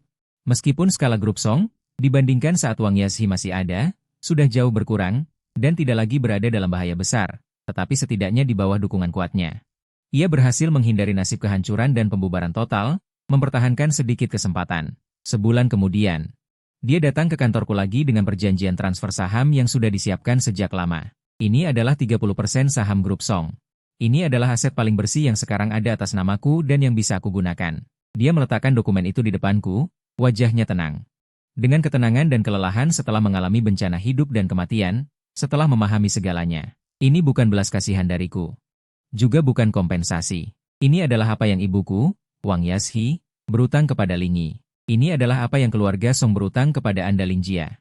Tanpa bukti kunci yang Anda berikan, tanpa sedikit belas kasihan terakhir Anda, aku tidak akan bisa menjatuhkan mereka. Keluarga Song mungkin sudah sepenuhnya jatuh ke tangan para bajingan itu, dan mungkin tidak tersisa tulang. Ayahku mungkin juga tidak akan selamat sampai sekarang. Dia terbatuk, suaranya agak serak. Saham ini adalah hak Anda. Tolong terima. Aku memandangnya. Aku tidak segera mengambil dokumen yang berat itu. Song Ziwei sekarang telah mengalami banyak hal. Semua kesombongan dan keserakahan telah terkikis. Matanya kini dipenuhi ketenangan, tanggung jawab, dan kelelahan yang mendalam. Grup Song perlu bertransformasi total, bangkit dari abu. Anda bisa berpartisipasi dalam pengambilan keputusan sebagai pemegang saham utama. Atau cukup memegang saham dan menerima dividen, sesuai keinginan Anda, tambahnya. Dia berkata dengan tulus, ini adalah satu-satunya cara yang bisa kupikirkan saat ini untuk sedikit menebus dosa masa lalu. Aku terdiam sejenak, lalu akhirnya menandatangani namaku di perjanjian itu. Ini bukan pengampunan. Luka masa lalu tidak bisa terhapus. Ini lebih seperti penyelesaian simbolis, yang mewakili akhir dari semua kebencian dan cinta. Sebuah titik akhir yang berdarah. Pada saat yang sama, saham dan suntikan modal yang cukup besar ini juga akan memungkinkan saya untuk memajukan dan menyelesaikan keinginan terakhir ibu saya dengan lebih baik dan dalam skala yang lebih besar. Yayasan Amal Chensi. Kehidupan, setelah mengalami gelombang pasang surut, tampaknya akhirnya berjalan lancar. Feng Xing, di bawah kepemimpinanku, dengan teknologi inti superkonduktor suhu ruang yang mengubah zaman yang ditinggalkan ibuku, telah menjadi raksasa baru yang tak terbantahkan dan tolok ukur industri di bidang energi baru dan material baru global. Hubunganku dengan Suan, setelah bersama-sama mengalami begitu banyak cobaan dan kesulitan, menjadi lebih dalam dan tak terpatahkan. Dia bukan hanya istriku secara hukum, mitra bisnisku yang paling cakap, tetapi juga satu-satunya sandaran dan pelabuhan jiwaku. Kami mulai mempersiapkan Yayasan Amal Chensi secara konkret, Berencana untuk menginvestasikan persentase tetap dari laba tahunan perusahaan secara berkelanjutan untuk secara sistematis dan besar-besaran mendanai pendidikan anak-anak di daerah miskin di dalam dan luar negeri. Layanan medis dasar, dan pencerahan teknologi, benar-benar mewujudkan keinginan ibu. Semuanya tampak begitu indah, penuh harapan baru dan kekuatan yang menghangatkan. Hingga suatu hari, seorang pria dengan temperamen anggun, berusia sekitar 60 tahun, melalui serangkaian janji temu, mengetuk pintu kantorku di lantai teratas markas Fengsing. Dia mengaku bernama Chen, ayah angkat Suan. Dia juga teman dekat ibuku, Ling Wanqing, yang jarang diketahui orang, dan bisa dipercaya nyawanya. Tuan Lin, maaf mengganggu. Tuan Chen tua memberiku sebuah kotak yang tampak tua, memancarkan aroma cendana samar, dengan ekspresi serius dan sedikit kesedihan. Ini adalah Wanqing, ibumu, yang menitipkan padaku untuk dijaga saat dia sekarat. Saat itu dia berkata, jika suatu hari, kamu berdiri tegak dengan kemampuanmu sendiri, tidak tersesat dalam jurang kebencian, tetapi akhirnya memilih kebaikan, pengampunan, dan mengambil tanggung jawab, maka serahkan kotak ini padamu saat hidupmu stabil dan hatimu tenang. Aku merasakan sesuatu yang aneh, dan mengambil kotak tua itu dengan kedua tangan. Saat kubuka, tidak ada dokumen bisnis seperti yang kubayangkan atau materi teknis yang lebih mendalam. Sebaliknya, ada beberapa foto yang terawat baik, beberapa surat yang sudah menguning yang aku sumbangkan, dan sebuah amplop kertas coklat yang tertutup rapat. Di foto-foto itu, ada foto solo ibuku saat muda, dan foto intimnya dengan seorang wanita berwatak lembut yang agak mirip dengan Suan. Kemudian aku tahu, itu adalah Nyonya Chen Wanru. Ada juga foto ibuku sedang menggendong bayi yang dibungkus selimut, duduk di dekat jendela. Tatapan ibuku penuh dengan kasih sayang yang nyaris meluap, kelembutan, dan kesedihan yang begitu mendalam. Dan mata bayi itu memiliki bentuk yang hampir sama persis dengan foto Suan saat kecil. Sebuah firasat yang absurd dan mengerikan, seperti ular berbisa dingin, tiba-tiba melilit hatiku. Jari-jariku mulai bergetar tak terkendali. Aku mengambil amplop tersegel itu, hampir menggunakan seluruh tenagaku hanya untuk membukanya dengan stabil. Di dalamnya ada surat yang ditulis dengan tangan ibuku di akhir hidupnya, sedikit miring dan lemah karena kesakitan dan kelemahan. Tapi setiap goresan dan setiap tanda masih jelas terlihat. Untuk anakku, ketika kamu membaca surat ini, ibu pasti sudah lama tiada. Beberapa kebenaran telah terkubur dalam hatiku terlalu lama, seperti batu besar. Membuatku sesak napas. Sekarang saatnya bagimu untuk mengetahuinya. Ini mungkin kejam, tapi kamu berhak tahu. Suan, dia bukanlah putri kandung dari teman lama saya, Chen Wanru. Dia adalah adik perempuanmu, putri yang saya kandung selama 10 bulan, adik perempuanmu sendiri, dari ibu dan ayah yang sama. Dulu, ketika saya muda, saya bertemu dengan pengkhianatan yang tak terkatakan. Ketika saya mengetahui bahwa saya hamil, orang itu sudah menghilang entah kemana, dan saya harus melahirkan Wanwan sendirian. Untuk tidak mengganggu keluarga saya dan untuk melindungi Wanwan, agar dia bisa tumbuh di lingkungan yang sehat dan normal, terhindar dari gosip. Dengan berat hati, saya menitipkannya kepada sahabat terpercaya saya, Chen Wanru, yang baru saja kehilangan putrinya, dan meminta Wanwan diadopsi oleh keluarganya. Saya memiliki hak melahirkan untuk Wanwan, tetapi tidak pernah menunaikan hak mengasuhnya. Sakit hati dan penderitaan ini tidak ada bandingannya. Saya meninggalkan ide bisnis Chen yang bijaksana untukmu, tidak hanya berharap kamu dapat menggunakan kekayaan untuk membantu lebih banyak orang yang membutuhkan, tetapi juga dengan sedikit egois. Saya harap jika suatu hari takdir mempertemukan kalian, kakak beradik, kalian bisa saling mendukung dengan keyakinan dan tujuan bersama ini, dan menyelesaikan keinginan saya bersama. Ini mungkin bisa sedikit menebus kekurangan saya sebagai ibu yang tidak becus kepada Wanwan dan kerahasiaan saya terhadapmu. Jangan salahkan Wanru, dia merawat Wanwan seperti anaknya sendiri dan memberinya semua cintanya. Jangan salahkan takdir. Kesalahan masa lalu dan kesalahan saya sendirilah yang menciptakan situasi hari ini. Jaga Wanwan, dan jaga dirimu. Ibu akan selalu mencintai kalian. Wanqing, putriku. Jatuh dari genggamanku yang kehilangan kekuatan, meluncur tanpa suara ke karpet mahal. Aku merasa jiwaku dan penopangku tersedot seketika. Aku berdiri kaku, pikiranku kosong, seolah seluruh dunia runtuh di depanku, pecah menjadi jutaan keping, masing-masing memantulkan kata-kata berdarah, kakak beradik. Suan, Suan, Suan, istri yang bersamaku setiap hari, tidur seranjang denganku, yang kuanggap belahan jiwa dan penyelamat hidupku, ternyata adalah adik perempuanku sendiri. Rasa absurditas yang luar biasa, kejutan etis yang kuat, dan rasa bersalah serta kebencian diri yang hampir menghancurkanku, menelanku seperti tsunami, membuatku hampir tidak bisa bernapas. Jantungku serasa diremas erat oleh tangan tak terlihat yang dingin, lalu merobeknya dengan kasar, rasa sakit membuat mataku menggelap. Tuan Chen tampaknya telah menduga reaksimu. Dia menghela napas panjang, matanya penuh belas kasihan dan ketidakberdayaan. Wanqing meninggalkan surat ini berharap kalian hanya akan tahu ketika semuanya benar-benar tenang dan kalian cukup kuat. Ketika kalian bisa menerima kebenaran ini dengan tenang. Harapan terbesarnya bukanlah melihat kalian menderita. Tapi dia berharap kalian berdua, kakak beradik, dalam identitas apapun, bisa saling mendukung. Hidup dengan damai dan bahagia. Saya tidak tahu bagaimana saya mengantar Tuan Chen pergi.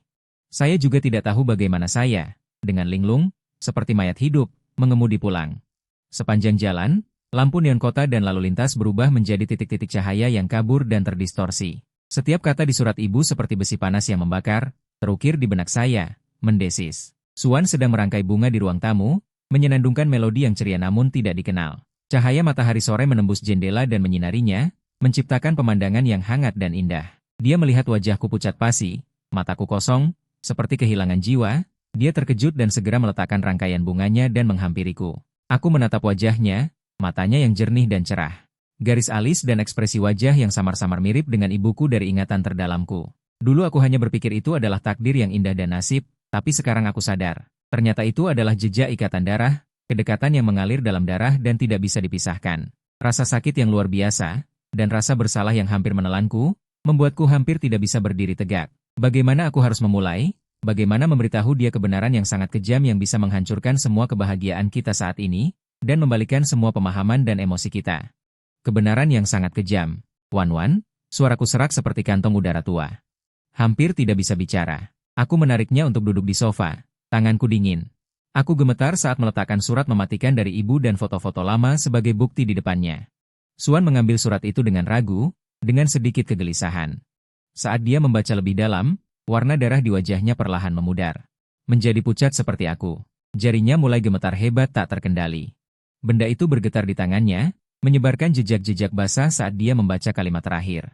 Seluruh tubuhnya seperti membeku seketika. Lalu dia tiba-tiba mendongak, menatapku dengan mata penuh keterkejutan yang luar biasa dan tak tercerna. Kebingungan dan rasa sakit yang tak terkatakan, tertanam di tulang, akibat dipermainkan nasib dengan kejam. Kakak, di kehidupan selanjutnya, dia akan lahir tanpa senjata tajam.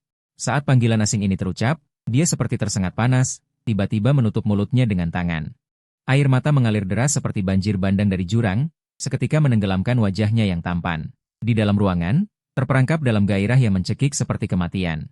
Hanya suara isak tangisnya yang tertahan namun tak terkendali, bergema di ruang kosong, menghantam hatiku yang sama-sama hancur. Entah berapa lama berlalu, terasa seperti 1 abad, dia perlahan-lahan menghentikan tangisannya sedikit demi sedikit. Dia mengusap bekas air mata di wajahnya berulang kali dengan kuat. Dia mendongak, menatapku. Meskipun matanya masih merah bengkak, dan matanya masih membawa rasa sakit yang tak kunjung hilang, perlahan-lahan, cahaya aneh yang bercampur antara kepasrahan dan pemahaman muncul dari kedalaman matanya. Suaranya masih serak karena pilek, namun terdengar jelas, memecah keheningan yang mengerikan. Jadi, kedekatan dan pemahaman kuat yang tak terjelaskan di antara kita bukanlah karena kita adalah belahan jiwa, melainkan karena kita adalah saudara kandung yang terikat darah. Aku menutup mataku dengan sedih, hampir putus asa, mengangguk berat, mengakui kenyataan ini saja sudah membuatku merasa sangat sulit dan berdosa. Ibu pasti sangat menderita, sangat berjuang, kata Suan dengan tulus, matanya tertuju pada foto ibunya yang sedang menggendong bayi, penuh dengan kekhawatiran dan pemahaman yang bertanggung jawab. Dia memikirkan begitu banyak hal untuk kita, mengatur begitu banyak hal, bahkan mempersiapkan jalan bagi kita untuk saling mendukung di masa depan. Dia berdiri, berjalan ke arahku, tanpa pelukan, tanpa penghiburan, hanya mengulurkan tangan, dengan lembut namun tegas menggenggam tanganku yang sedingin tulang dan masih sedikit gemetar. Tangannya, juga dingin, namun memberikan kekuatan penopang yang tak terbantahkan dari ikatan darah. Lin Feng, kakak, dia menatapku, matanya jernih dan teguh, seperti bintang yang dicuci oleh air mata. Ini bukan salahmu, bukan salahku, apalagi salah ibu. Ini adalah takdir yang salah, nasib yang mempermainkan manusia, tragedi yang disebabkan oleh zaman itu dan beberapa orang. Kita hanya menemukan satu sama lain dengan cara yang tidak terduga, menemukan satu-satunya kerabat sedarah di dunia ini. Ini lebih penting dari segalanya, bukan? Kata-katanya, seperti cahaya redup namun kuat, berusaha keras menembus kabut tebal yang tak dapat ditembus di hatiku, kebencian diri dan keputusasaan. Ya, ini bukan salah kita hanya didorong oleh arus takdir tanpa sepengetahuan kita, sampai pada titik ini. Lalu, aku berkata dengan sederhana. Tenggorokanku terasa seperti digosok amplas. Kata-kata selanjutnya tidak bisa terucap bagaimanapun juga. Bagaimana masa depan? Bagaimana kita akan saling berhadapan? Bagaimana kita akan menghadapi dunia ini? Tentu saja kita bersaudara. Dia berkata dengan tegas, berusaha keras memaksakan senyum pahit namun sangat tulus di wajahnya. Senyum yang teguh. Mulai hari ini, kita adalah kerabat yang paling berharga. dan paling dapat diandalkan satu sama lain di dunia ini. Kita akan bersama-sama mewujudkan keinginan ibu, membuat dana Chen 11 menjadi lebih besar. Lebih baik, membantu lebih banyak orang, membawa Feng Xing ke tempat yang lebih tinggi. Mungkin inilah akhir yang paling diharapkan oleh ibu dari alam gaib, dan akhir yang terbaik bagi kita. Kami segera menyelesaikan urusan perceraian. Berdasarkan faktor force majeure dan pengurangan materi yang signifikan, prosesnya tenang, cepat, dan rendah hati. Dari status suami istri secara hukum, kembali menjadi saudara kandung yang terikat darah. Perubahan ini sangat besar dan menyakitkan. Seperti memisahkan daging dan darah yang sudah menyatu dengan paksa. Namun, kami berdua memilih untuk menghadapinya dengan berani. Menerimanya secara rasional. Kami mencurahkan seluruh upaya dan emosi kami ke dalam usaha bersama dan amal. Saling mendukung, saling bergantung. Perasaan mendalam itu, setelah goncangan dan rasa sakit awal. Pada tingkat yang lain, lebih kokoh dan lebih murni, menjadi lebih dalam. Dan tak terpisahkan. Setahun kemudian, grup Feng Xing telah menjadi raksasa yang tak terbantahkan di dalam negeri, bahkan global, di bidang energi baru dan material baru. Memimpin arah perkembangan industri, sementara dana amal Chen 11 juga berhasil beroperasi. Terus berkembang, telah membantu ratusan ribu anak miskin. Memperbaiki kondisi pendidikan dan kesehatan, mendapatkan pengakuan dan rasa hormat yang luar biasa. Aku dan Suan, sebagai pemimpin bersama grup, pengambil keputusan, dan pengelola inti yayasan, kami menjadi tokoh yang sangat dihormati di kalangan bisnis dan amal, baik di lingkaran kami maupun di seluruh negeri. Hubungan persaudaraan kami pun menjadi kisah legendaris yang terkenal di kalangan kami. Song Ziwei merapikan dan mentransformasi sisa-sisa aset keluarga Song secara menyeluruh. Membuang semua aset tradisional dan kapasitas produksi yang ketinggalan zaman, dan fokus pada industri jasa kelas atas, manufaktur presisi, dan rantai pasokan hilir yang saling melengkapi terkait dengan Feng Xing. Meskipun skala grup Song jauh lebih kecil dibandingkan masa puncaknya. Di bawah pengelolaannya yang cermat, bisnis ini juga menempuh jalur pembangunan yang stabil dan berkelanjutan. Dia tidak pernah menikah seumur hidupnya, mencurahkan seluruh energi dan kasih sayang keibuannya untuk karir dan anak yang bukan kandungnya, tetapi yang dia anggap seperti anaknya sendiri, merawat dan membesarkannya dengan cermat. Dia menjaga jarak yang sopan, seperti keluarga, dengan saya dan Suan. Sesekali bertemu di acara bisnis besar atau jamuan amal, kami bisa saling mengangguk dengan tenang, bahkan melakukan kerja sama bisnis yang diperlukan. Dia menghabiskan sisa hidupnya, diam-diam dan teguh, menebus kesalahan masa lalu, menunaikan tanggung jawabnya sebagai seorang ibu dan pengusaha. Sumo Chuan dijatuhi hukuman karena perbuatannya. Termasuk kejahatan mata-mata komersial, penipuan, pelanggaran rahasia dagang, pemalsuan, dan lain-lain, dihukum berat di penjara yang gelap gulita. Melalui pengacaranya, dia mengetahui bahwa orang tua kandungnya, Shen Mingyuan dan istrinya, segera setelah bekerja sama dengan Wang Yazhi untuk menjatuhkan Feng Xing. Kemudian menyingkirkan diri mereka sendiri karena mengetahui terlalu banyak dan kehilangan nilai guna mereka, dirancang oleh Wang Yazhi yang kejam. Akhirnya, dalam kemiskinan dan penyesalan, mereka berdua meninggal karena kesedihan. Di penjara yang dingin, dia benar-benar kehilangan akal sehatnya, menderita depresi berat, dan menghabiskan sisa hidupnya dalam penyesalan tak berujung, siksaan, dan belenggu jeruji besi. Kasus ibuku, Lin Wanqing, bersamaan dengan kematian Wang Yazhi yang tidak menyesal di penjara, akhirnya ditutup dengan catatan berdarah namun adil. Hari itu adalah sore yang cerah dan tenang. Aku dan Suan berdiri berdampingan di kantor panoramik di puncak gedung utama Feng Xing, memandang ke bawah ke kota yang ramai, penuh vitalitas dan kehidupan, yang terus berkembang. Kakak, lihat, Sekolah Harapan ke-10, yang juga merupakan yang terbesar, yang didirikan oleh Chen Xi di Pegunungan Silan, akan selesai dan diserahkan bulan depan. Suan menunjuk laporan proyek dan foto-foto lokasi yang baru saja diterima di tabletnya, wajahnya berseri-seri dengan senyum tulus yang dipenuhi kehangatan dan kepuasan, senyum yang dipenuhi harapan dan kekuatan untuk masa depan. Aku menoleh untuk menatapnya, hatiku dipenuhi kedamaian yang mendalam dan tenang, serta rasa haru yang tak terhingga. Setelah mengalami gelombang dahsyat perubahan keluarga, pengkhianatan orang terkasih, api balas dendam, dan terungkapnya jati diri. Memahami kejahatan hati manusia dan kebaikan serta keburukan dunia, serta arah dan nilai sejati kehidupan. Ya, aku menoleh ke arahnya, mataku lembut. Ibu pasti melihatnya dari surga, pasti sangat lega dan bahagia. Kebencian pernah mendorongku untuk menjadi kuat, berjuang untuk bertahan hidup. Tetapi cinta, tanggung jawab, dan pengampunanlah yang akhirnya membuatku dan Suan menemukan satu sama lain. Menemukan kedamaian batin sejati dan tempat berpulang dalam hidup ini. Masih banyak jalan panjang di depan, dan aku dan adikku Suan akan terus berjalan dengan mantap, penuh harapan, membawa cinta dan pengabdian mendalam dari Ibu Lin Wanqing yang melampaui ikatan darah, saling mendukung. Kami akan terus melangkah maju penuh harapan.